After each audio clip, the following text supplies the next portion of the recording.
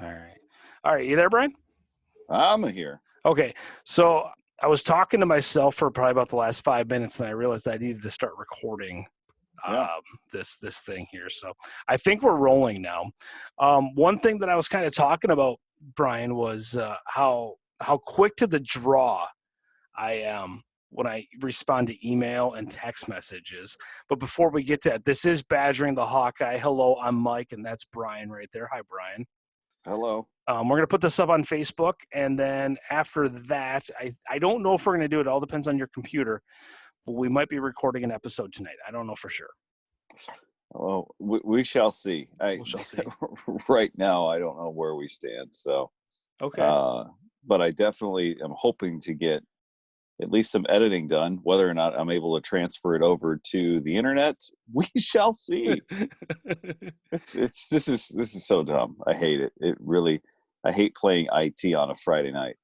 It's funny because you and I are in that weird age right now of we're not millennials, but we're not yet like Gen Xers or anything. We're just in that like middle ground where we know just enough about technology to get us by, but yet again, it's like that new technology. We don't know shit about Yeah.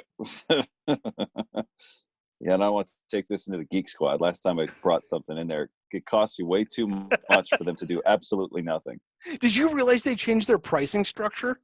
Oh, what did they do now? I don't know, but like I had like a protection plan on this computer that I'm using, and it expired, and I went to go renew it, and they wanted me to do something else, and they said, well, you got to renew your antivirus, and I'm like, well, I just renewed my antivirus for like 4 years or 3 years. I bought the package, and they're like, well, you can cancel that and then renew with us. I'm like, that's just too much work.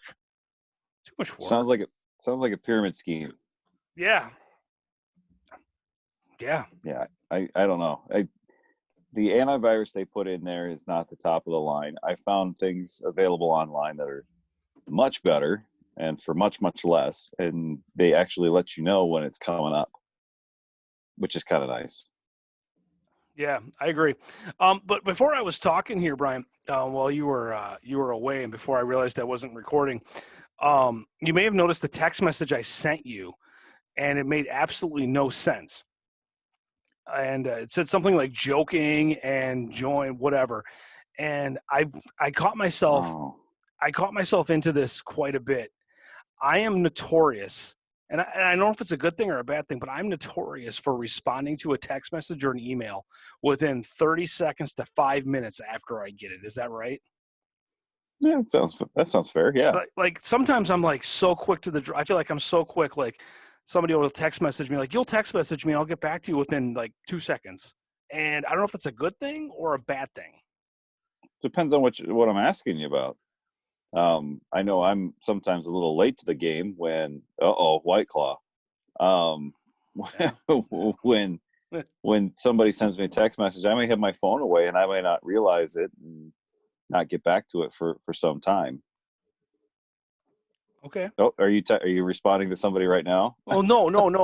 I was looking to see what time it was here. Oh, okay. Yeah. Yeah. You don't have a watch on? Okay. I don't actually. My Fine. Apple Watch only has like a lifespan of like 2 days, which is another issue we'll get into. But but yeah, I don't know. I find what are you drinking? Haze and Blue from this was originally supposed to be yours, but since we're probably not going to see each other for a little bit, I'm like, I'm thirsty. I want to drink the Haze and Blue. Oh man, we had a campfire. Sorry about that. We had a fire tonight, and it was an impromptu. Like we were going to do like a family thing, and all of a sudden, like 4 neighbors showed up, and we were socially distancing, drinking in our backyard. And I'm like, oh man, I got to talk to Brian in like 10 minutes, guys. What did it feel like to have another episode back out there in the wild again? Oh, dude, the socially distancing episode was great, and I was just talking about that with some people today, and I'm like, we got some really good stuff in the can right now. Like, I'm really looking forward to the beefy episode that we just recorded not too long ago, and just getting back to it, man. I mean, you've been really selfish and working at the radio station a lot, so it's really been hindering the Badger and the Hawkeye. So, how dare you? Sorry about that. Oh, I just celebrated a year at the station today. Oh, congrats. I saw that you posted something on Facebook with the Lowy and JP, man. That's awesome. Right. So 50 plus years of combined radio experience in that picture. And I covered both of their shows as they were going out the door. That's crazy. I mean, that's got to make you feel pretty good, though, that you could be that good of a utility man. Well, I mean, or I'm just the only one that's able to just say yes, I suppose. I think you were in that boat at one point. Here or there. You want to cover nights? You want to cover overnights? Sure. Why not? Well, I was looking for a full-time job at that point. Yeah, I'm not at this point. I mean, I've got my primary gig, and the thing that caught me that was kind of interesting was some of the responses that we got. Some of the old school people that listen to the station a lot, and some of the new schoolers too. So kind of neat to see the love that was poured back to us. Now, it's probably not for me. It's probably for JP because he's just so damn sexy. So, well, he is sexy, and we've talked about this before on and off the podcast and away from JP. He's one of those guys I was really jealous of, and still am really jealous of in radio. I mean, he's just got that natural talent. Yeah, he's still doing it. That's what a lot of people don't realize is once he left the station, that when he left, he took some time away, and now he's back on another station. So yeah, but just his energy. I mean, the way he sounds today is the way he sounded back in 2002, 2003 when I started at the station. Just the energy that he brings and everything. Some of us strive for that, and others want to, change up. And I've noticed that some change up over the years. But once you find out who you are as a radio DJ, then once you got that, man, that's positive. So yeah. But no, it was interesting to post that. It was a picture we took in the studio because I just said to the guys, I go, this probably won't happen ever again. Let's get a pic of the three of us together. So 50 plus years in broadcasting. I'm the one with the least amount, and I was the youngest of the picture. So yeah, and you and Lowy went to Brown Institute or Brown College back in the day too. So about three years apart from me. Wow. Each other, I suppose. And then JP was a product of the Wartburg School of Radio Broadcasting with Jeffrey Stein as his professor. Wow. Yeah. So but this isn't about them. This is about us. No, I wanted to get back to you real quick. So do you? I know you're coming off your probably about 2 weeks now since you've last done your recording or hosting duties of the morning show at KOKZ on the Classic Hit Station. No, actually, it's been over a month. Has it been though? Jeez, I've lost track of time. So Mike Waters took over at the beginning of March. Okay. I want to say. No, not the beginning of March, beginning of April. Okay. Because he was supposed to be in mid-March and then, social distancing, quarantining, all that kind of stuff. Yeah, Mike Waters has taken over. Wow. Waters in the morning on 105.7 KOKZ. I think he's doing a great job. So.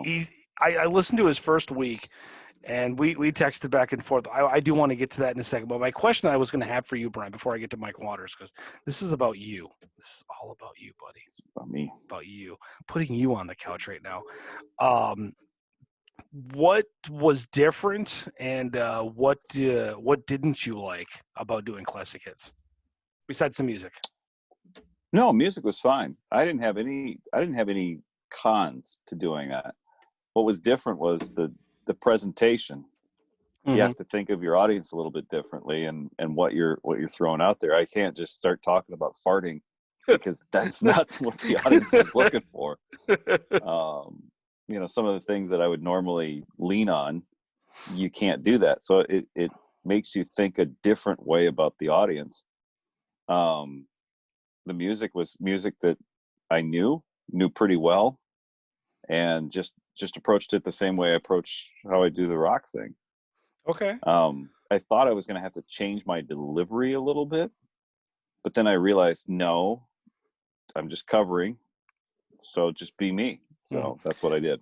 Did they, and I know with some stations, and this is like back in the day, like in the old, and I put these in quotations, old days, there was such a big thing where you had to have a different name for a different station. Like we've talked about that before. I had to go as Mike Thomas on one station and Zach Steele on another. You did JD Bacon and Brian Marshall. Did they did they make you do a different name, or were you Brian Marshall on both? Just Brian Marshall. It wasn't a big deal. Nice. You separate yourself, and I think the thing that I never did was I never lied to the audience. If somebody said, well, wait a minute, I thought you were on 108. I am on 108, but you're on 105.7. Yep. And you're right. There's some stations or groups that want to con the listener. That I know that voice is distinctive. So on one station you're this, and on another station you're this. I've seen it happen before. People that we've worked with, and like, well, he's no longer with us, but Shark was Shark on KRNA, and I believe he was Greg on the sister station. Okay. Well, that's not. I mean, the audience, does it cross over? No, but there might be some people that go, "Hey, wait a minute." So I think our group, that they didn't care about the name. Yeah, it's just about the content, and if you engage with your audience, then they'll stick with you no matter what your name is. And quite frankly, as we've said on this show, and a program director very early in my career said, they're not going to know your name. You're just a toaster that talks. Now, speaking of names, and I do know that back in our archives on Spreaker, Spotify, Apple iPad, I was going to say Apple iPad, but Apple Podcast, iHeartRadio, we can go back to What's in a Name episode. Mm-hmm. We talked about our names and how we came up with our names and stuff. Yeah. And, but one thing that I've never liked, and I don't know if you'll agree with me or not, and I know that we have a really good friend who works up at Q105 Rocks up in North Dakota, Fargo. He got the name Gunner from his stint in lacrosse when he worked at 95.7 The Rock. And when he was going there, his name was Mike Hansen. And they said, nope, we don't go by real names unless you're the morning show. You have to come up with a fake name. So he came up with Gunner. And I don't know why certain rock stations and stuff go with fake names like that, Gunner, Stick, or whatever. I don't understand that. Is there a programming angle that you would know about that, Brian? I think there's that weird 90s phase where everybody had to have a single word, name, Stretch, Stretch. I'm just that's one I can think of off the top of my head. What was another one? The guy I listened to on 93.7 The Edge was called Kane. Yeah. Right? That's a normal name though. That's a fairly normal name. Kane? Yeah. It was based off his name on the rock station when he was working for the same station, and it switched from active to alternative in 92, 3. Okay. He went from being Hurricane Wayne to just Kane. So he dropped Hurricane down to Kane. But he's still Kane today. So he was Kane. I mean, there's others I heard. God, there was just one DJ that was on the air at 93.7 The Edge he was just Brian. And even though he had my same name and spelled it the same way, I hated that guy. Really? So much. Oh, his delivery was terrible. He sounded like a pompous asshole. I hated it. I hated him so much. And they're like, oh, you're Brian. You could be on the air like him. Yep, but I'm not going to sound like him. Yeah, because he was terrible. What's the rule of thumb usually? Like 1 syllable, 2 syllable. So like Brian, or is it 2 syllable, 2 syllable? Like I had like Mike Thomas, so that's 1, 2. I mean, you have 4, Brian Marshall. Wait, you're saying that's not your real name? Well, I don't know. Maybe it is, but but I mean, they wanted something that was always like simple and catchy, like 1 syllable, 2 syllable, or no more than 6 syllables, right? Well, you don't want to take forever while you're doing your front cell or your back cell. You're going into the weather. Yeah. This is Jesse Poppenfuss, and I'm going to be going forward with 30 minutes of nonstop rock. You just don't want to do that. There's a guy in Madison. His name, I loved his name. His name was Tiger James. And it was fake. 100. That 100% his name is not Tiger. No. That's like when, and this was, and you mentioned it. the episode What's in a Name, and the name I hated the most was when I got that country station in Waterloo. The station was called The Hog, and they said, you know, we don't want you to go by the name Brian West. We want you to change it up to kind of fit in with everybody. The gimmick, and the gimmick was JD Bacon. I still think that's hilarious. And I never said no. I didn't say, can't we pick something else like, Peter Pork or something like that, or Pork and Peter, No, JD Bacon. And people would call, and they knew 100% that name was not legit. Well, wasn't there a guy, his name was, what did he go by? Was it William Roberts on the air? It was a play. Not with us, but no, he did on the country station. We were competing against him. He was also the afternoon guy on KCRR, the classic rocker. But his name on the country station was William Robert. But if you shorten that up, Brian, if you go by pseudonames, it's Billy Bob. Oh, shut up! I didn't think of that. Yeah, hey, Billy Bob. No, I knew. There was Andy Harris was the morning show guy. He had been out in Philly. That's a real name. And he was with Nikki Johns. So there's essentially a real name. Yeah. If that is a real name, right? There was Big J, which that was based off his name anyway. So that's just like a nickname. Yep. And then there was Norm, who was afternoons, and then there was JD Bacon. The joke was on me. The joke was on me.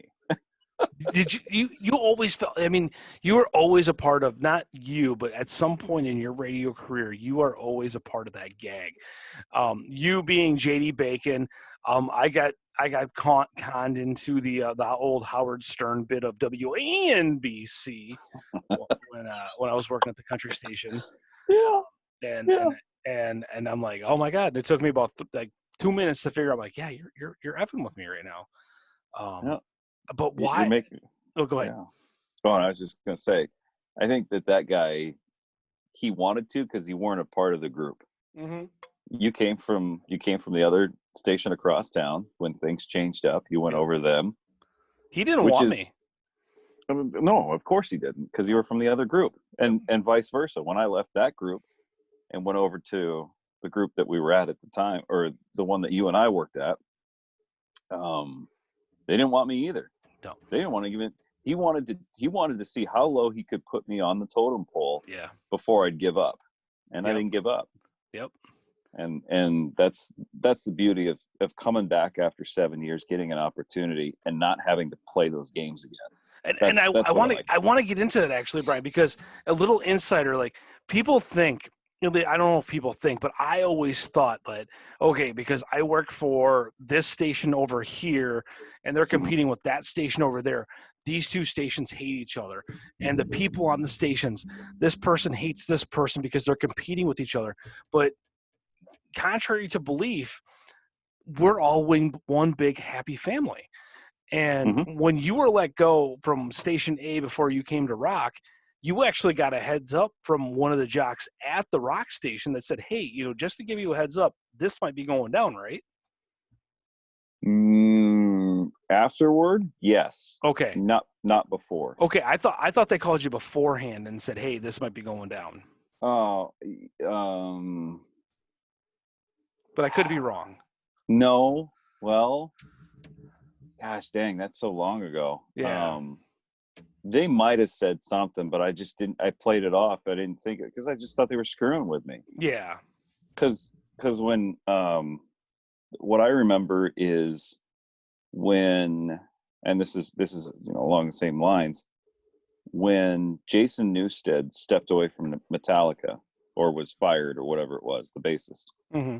We played some Metallica on a classic rock station, which ticked off the other group, the station I work for now. But it ticked them off that they decided to call up. One of the jocks called up, how can you play this song, blah, blah, blah, blah, blah, and started messing. I just said, no, Jason Newsted, I don't like that song, I'm not going to listen anymore. Okay, that's fine. And because, quite frankly, they're, well, I can go to any other station. I'm going to go to the Fox. I said, okay, they're probably playing it too today. Yeah.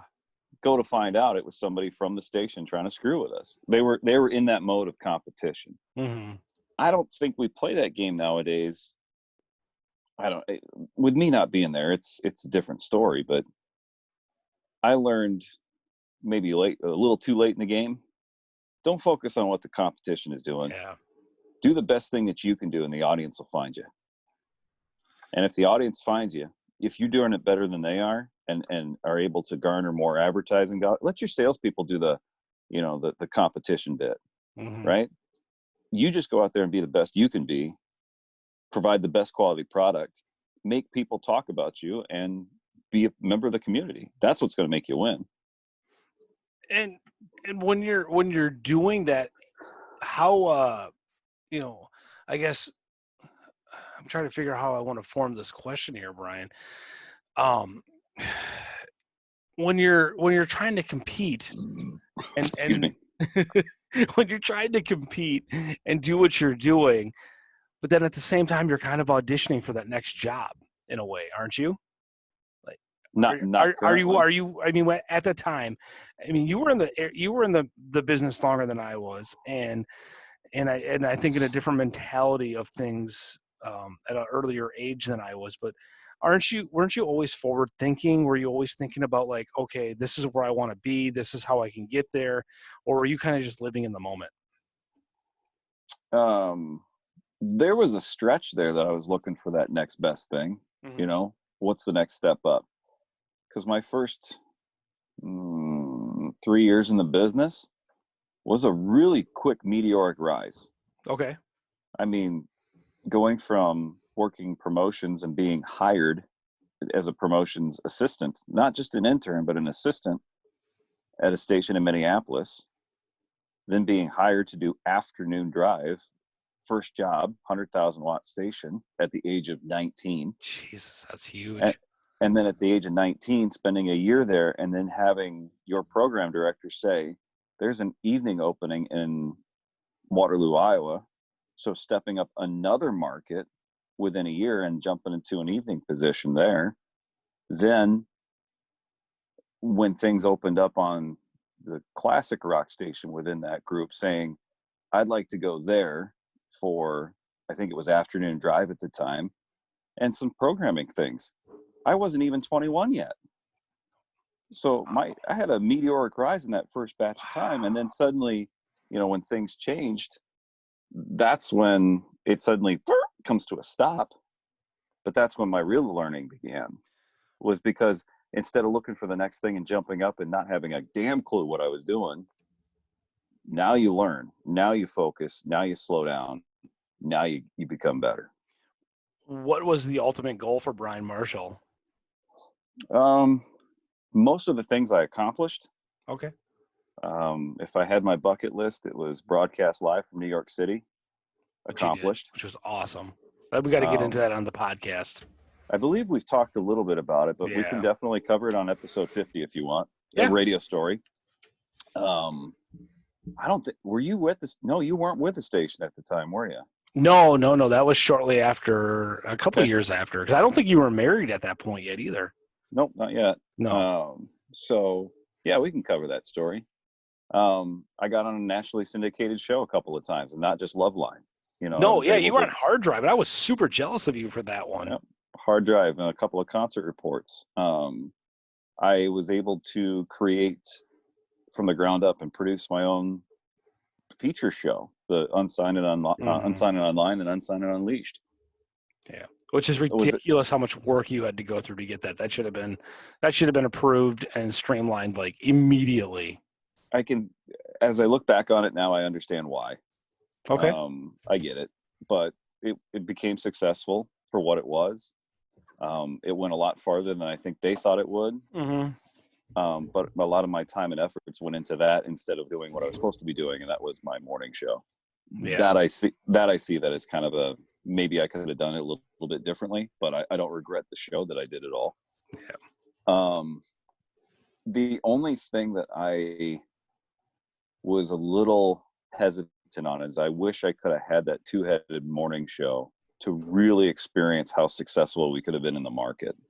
And I think that's what you and I are doing with this podcast is, you have your Yeah. two-headed morning show Yeah. and do that. But, Yeah.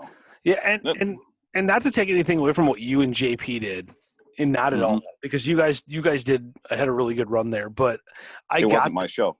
I got the sense, it wasn't your show. It was JP's show. And then when JP decided to step down for family reasons, which is totally understandable and acceptable. Yeah, I did too. I felt, and full disclosure, I mean, I don't really care. I felt that you were not given the opportunity to succeed or the tools to succeed that you needed to in order to move that show further. I felt that at that time the station was complacent. The station should have done more to assist you, but for whatever reason, they didn't do that. But to be fair, and I know that you can't really talk too much of it, but I get it. No, just squeaky wheel gets the grease. If I didn't ask the questions or demand things, what point? I mean, I was, not expected to do much, and I was a filler. I was cheap, didn't make a whole lot of noise, and I was decent at production. So why would you shake the waters? I think I did, if I remember right, I did that show solo for 3.5, maybe 4 years. Yeah. And then I came back to the station here a year ago, and some people are like, "Who's this guy?" Do you think you would have worked well with a female co-host or a male co-host better? Female, 100%.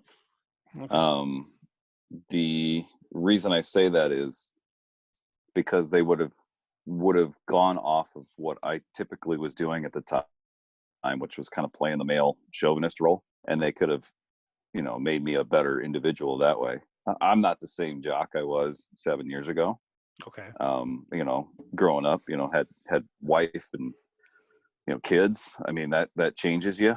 And one thing that she told me was, my wife, was that you can't go out there and be the DJ that you once were, because times have changed, and that type of DJ doesn't exist or shouldn't exist anymore. No. And she's 100% right. I don't think I've done that same thing. I still talk about fart jokes, and I still talk about that kind of stuff. Yeah. Because I'm still a child. But at the same time, some of the other things that I used to do as it related to being a guy, being a chauvinist guy, I think that's what's now made the audience more diverse on the station. So not me specifically, just in general. Which I think is so weird, like how Bob and Tom can be so successful in this day and age, but yet how fake they can be. And mainly Bob, or is it Tom? I don't know who's there anymore. Well, Bob retired, so they're still using the name of the brand. Tom. Okay, so Tom. So Tom's behind, but But yeah, just the fake laughter, the canned laughter, there's some quality content, I guess you can say, but 90% of it is not. But yet, there's really not anything real on that. But then again, a show that is locally produced, that's a real nuts and bolts of it, they can't seem to get the traction for whatever reason. I mean, they're a nationally produced show that's been doing it for 30 plus years now, at least, and we're not in their demographic. Not yet. If we're not in the demographic, then maybe we don't understand it, and that's what I look at. I mean, somebody likes it. Somebody likes everything out there. I mean, just go around. There's something for everybody, and there's a kink for everybody, as it were. Yeah. I'm sorry I'm putting you on the couch today, man. Oh no, it's all good, man. I just wish that this computer was working. That's why I keep kind of looking over. I never get to put you on the couch, and I've always said I wanted to put you on the couch, and here we are. So we're doing it on video. I finally get to put you on it. I mean, that sounds kind of gross. I put Brian on the couch tonight. Hey. Oh, jeez. Anything you want to talk about, right? There's a couple of things that we had talked about individually on text message. You'd sent me a band called Psychosexual. Yes. That I think we should cover on the pod. Yes. So our breakdown of it, I have pros and cons of the band. So I don't think that that's anything. I mean, I'd like to kind of feature some of the music, which we can't do here either on video and or YouTube. So we'll just do it on the pod. The video made me feel really dirty about myself, though. I wasn't expecting anything less from a band called Psychosexual. So I was a little disappointed that I thought it might be a Slipknot cover band. But I mean, essentially it kind of was. I mean, they're wearing masks. And it's just like, oh, okay, how many band members are there? 1, 2, 3, 4, 5. Okay. Well, you just need 3, 4 more and you got Slipknot. So yeah. I'll put it out there. First time I heard it, I thought it was Nine Inch Nails. I'd agree with that. I don't want to give away my complete rundown. Oh, don't do that. Save that for the Badgering the Hawkeye podcast. All right. And you can catch Badgering the Hawkeye podcast on Apple Podcasts, Spreaker, iTunes, iHeartRadio app, and a lot of other places. Just Google TuneIn radio Hawkeye. app. It's on there. Yep. Yeah, and I know you're watching us via Facebook, but you can get us on Twitter as well at Badgering the Hawk. You can get us on Instagram, and you can always email us at badgeringthehawkeye@gmail.com. If you want to be on the show, email us. We'll put you on. We got no shame. So we've got a couple ideas in the can. So we talked about the next show that's going to be dropping is our 48th episode. It's some radio stories. Do you want to highlight some of the radio stories that we cover in the episode? I can't remember what we talked about. We talk about the band Hurt. Oh, that's right. And how you take them. You were their showrunner. You don't remember that? I do remember it now. Yeah, I was the showrunner back and forth, and they play at the Pepsi Pavilion in Waterloo, which is I'd say a suburb of the McElroy Auditorium. It's not. It's on the McElroy Auditorium lot. Yeah, well, it's a suburb. Nope. You can't use that term because that would make it another city. This just happens to be another building. Oh, so it's like the village in a town. So like McElroy Auditorium would be like a township, and the Pepsi Pavilion would be a village. Hey man, whatever floats your boat. Okay. I was like, what do you mean another suburb? There is no suburb of Waterloo, Iowa. A suburb of Chicago, Illinois. Oh, yeah. Interesting. Yeah, so we've got those radio stories coming up, and then episode 49 ready to go. We're going to be talking with your old college roommate, or I'm not college roommate, college buddy, right? College buddy of mine. Yeah, we were never roommates, but yeah, I practically lived at his place, but yeah, we were just friends. So he's on YouTube, Life in the Fat Lane. I saw that he has some new T-shirts that are available. The Beard Struggle. Yep, the Beard Struggle. God dang, I love his logo. His logo of Life in the Fat Lane is pretty darn good. His branding. I mean, he is a marketing. Like I've always told him, like, dude, you've missed out on your calling. Like your marketing is just great. How you market things, how you present things. I think that's what you should go into. And instead, he went to Walmart. Well, I mean, like we said before, there's something for everybody. You know, you work your way up through the Walmart chain, and things are good. I'm just glad he's not working there anymore. No, he's not. Have you ever? You worked at Best Buy? Yeah, a couple of times. Yeah, couple of different. Yeah, just a couple different locations. The main store in Bloomington, Minnesota, and then that was my other gig when I was part-time at the station we worked at. It was that was an eye-opening experience working retail. We should talk about that because I worked at Walmart too, like throughout high school and throughout college, and then I was every woman's fantasy, a Pizza Hut delivery boy for a while too. And I brought the sausage, but I have stories where I would take naps behind the box crusher when I worked at Walmart. Yeah, I wasn't able to do any of that kind of stuff, but I mean, good for you that more of that kind of stuff happened at the grocery store, which we've talked about on the podcast. Some of the other things as we get into episode 50, I'm trying to figure out if we're going to be doing this big spectacular or are we just going to make it another episode? What do you want to do? Well, I threw it out to you. I thought we should bring some of our radio friends on the show. Yeah, we could do that. Talk about some funny things, funny stories, things that they've dealt with. I've listened to one of our old radio friends, the old part-timer who we knew as Boston. He talked about some of the things that he's dealt with. I've listened to some of the things that they've dealt with. I've listened to one of our old radio friends, the old part-timer who we knew as Boston. He talked about some of the things that he's dealt with. I've listened to one of our old radio friends, the old part-timer who we knew as Boston. Awesome. He's now he's very successful on a country station in Orlando. I thought Yes. he'd be a fun get for the show.